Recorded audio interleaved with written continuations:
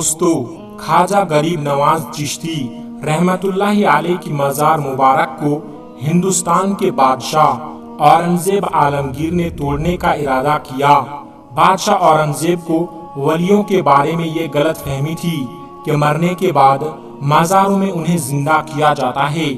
اپنی اسی وہم کو دور کرنے کے لیے بادشاہ اورنگزیب ایک دن غریب نواز کی زیارت کرنے کے لیے اجمیر شریف پہنچے، اور جب اجمیر شریف پہنچے تو اجمیر پہنچ کر اورنگزیب نے اپنے قاضی سے کہا کہ چلو مان لیتا ہوں کہ غریب نواز اللہ کے ولی ہیں، مگر میں تبھی مانوں گا جب میں ان کو سلام پیش کروں گا اور مجھے سلام کا جواب ملے گا۔ اگر مجھے سلام کا جواب نہیں ملا تو میں مزار شریف کو توڑ دوں گا۔ اورنگزیب عالمگیر جب مزار پر پہنچے تو وہاں پر انہیں ایک ادنا سا شخص بیٹھا ہوا دکھائی دیا۔ وہ شخص انتظار کر رہا تھا۔ بادشاہ اورنگزیب نے اس شخص سے پوچھا، اے شخص، کیا معاملہ ہے؟ تم یہاں پر کیوں بیٹھے ہو اور تم پریشان کیوں لگ رہے ہو؟ تو اس شخص نے بادشاہ اورنگزیب سے فرمایا، حضرت، میں آنکھ سے نابینا ہوں، یعنی میں اندھا ہوں، اور کافی وقت سے خواجہ غریب نواز رحمت اللہ علیہ سے دعا کر رہا ہوں کہ میری آنکھوں کی روشنی مجھے واپس مل جائے، لیکن کوئی فائدہ نہیں ہوتا۔ میں کافی وقت سے یہاں پر حاضری دے رہا ہوں اور رو رو کر دعا بھی کر رہا ہوں کہ یا اللہ، اپنے اس ولی کے صدقے میری آنکھوں کی روشنی مجھے عطا کر دے، مگر آج تک مجھے کوئی فائدہ نہیں ہوا، یعنی میری آج تک کوئی حاضری اور دعا قبول نہیں ہوئی۔ تو بادشاہ اورنگزیب نے اس اندھے شخص سے کہا کہ میں مزار پر سلام پیش کرنے کے لیے جا رہا ہوں، اور جب میں واپس آؤں اور تب تک اگر تیری آنکھوں کی روشنی تجھے واپس نہ ملی تو میں تلوار سے تیری گردن اڑا دوں گا۔ اتنا سنتے ہی وہ اندھا آدمی بہت ہی زیادہ پریشان ہو گیا اور بہت زیادہ غمگین ہو گیا، اور وہ اندھا آدمی سوچنے لگا کہ اب کیا ہوگا؟ اب تک تو میری آنکھوں کی روشنی نہیں تھی، لیکن اب میری گردن بھی اڑا دی جائے گی۔ یعنی وہ اندھا شخص کہنے لگا کہ اب تک تو میں اپنی آنکھوں کی روشنی سے ہی پریشان تھا کہ میری آنکھوں کی روشنی نہیں ہے، میں اندھا ہوں، لیکن بادشاہ نے اب میری گردن اڑانے کی بات کر دی ہے، یعنی میرا بچنا اب بہت ہی زیادہ مشکل لگ رہا ہے۔ پھر اس اندھے آدمی نے زور زور سے رو کر اور تڑپ تڑپ کر خواجہ غریب نواز سے فریاد کیا، اور جب بادشاہ اورنگزیب نے خواجہ غریب نواز کو سلام پیش کیا، یعنی جب بادشاہ اورنگزیب مزار کے پاس پہنچے اور مزار کے پاس جا کر انہوں نے سلام کیا تو مزار میں سے کوئی جواب نہیں ملا۔ جب بادشاہ اورنگزیب نے ایک بار سلام کیا تو جواب نہیں ملا۔ پھر بادشاہ اورنگزیب نے دوسری بار سلام کیا، پھر بھی سلام کا جواب نہیں ملا۔ لیکن جب تیسری بار اورنگزیب نے السلام علیکم ورحمۃ اللہ وبرکاتہ کہا تو اندر سے آواز آئی کہ وعلیکم السلام ورحمۃ اللہ وبرکاتہ، اور پھر مزار شریف سے آواز آتی ہے کہ اے بادشاہ اورنگزیب، دوبارہ ایسی ضد نہ کرنا، کیونکہ تمہاری ضد کی وجہ سے میں اس اندھے کی آنکھوں کی روشنی لینے عرش الہی پر گیا تھا، اور اسی وجہ سے تمہارے سلام کے جواب دینے پر دیری ہو گئی۔ سبحان اللہ۔ دوستو، خواجہ غریب نواز کی کرامت کو دیکھنے کے بعد بادشاہ اورنگزیب عالمگیر رحمت اللہ علیہ ایک اللہ کے ولی بن گئے۔ اللہ اکبر۔ تو میرے دوستو، یہ شان ہوتی ہے اللہ کے ولیوں کی۔ یہ واقعہ ہونا تھا کہ بادشاہ اورنگزیب رحمت اللہ علیہ ایک بہت ہی بڑے اللہ کے ولی بن گئے، جنہوں نے ایک کتاب بھی لکھی ہے، فتاوائے عالمگیری۔ بڑے بڑے مسائل اسی کتاب سے حل ہوتے ہیں۔ میرے دوستو، جب خواجہ غریب نواز رحمت اللہ علیہ اجمیر شریف پہنچے تو اس وقت ایک مندر تھا جو اجمیر کا سب سے بڑا مندر تھا، اور یہ مندر صرف راجا اور رانیوں کی عبادت کے لیے خاص تھا، اور اس مندر کے ساتھ ہی ایک تالاب بھی تھا جس کو ہم اور آپ انا ساگر کے نام سے جانتے ہیں اور پہچانتے ہیں۔ ہندو اس تالاب کے پانی کو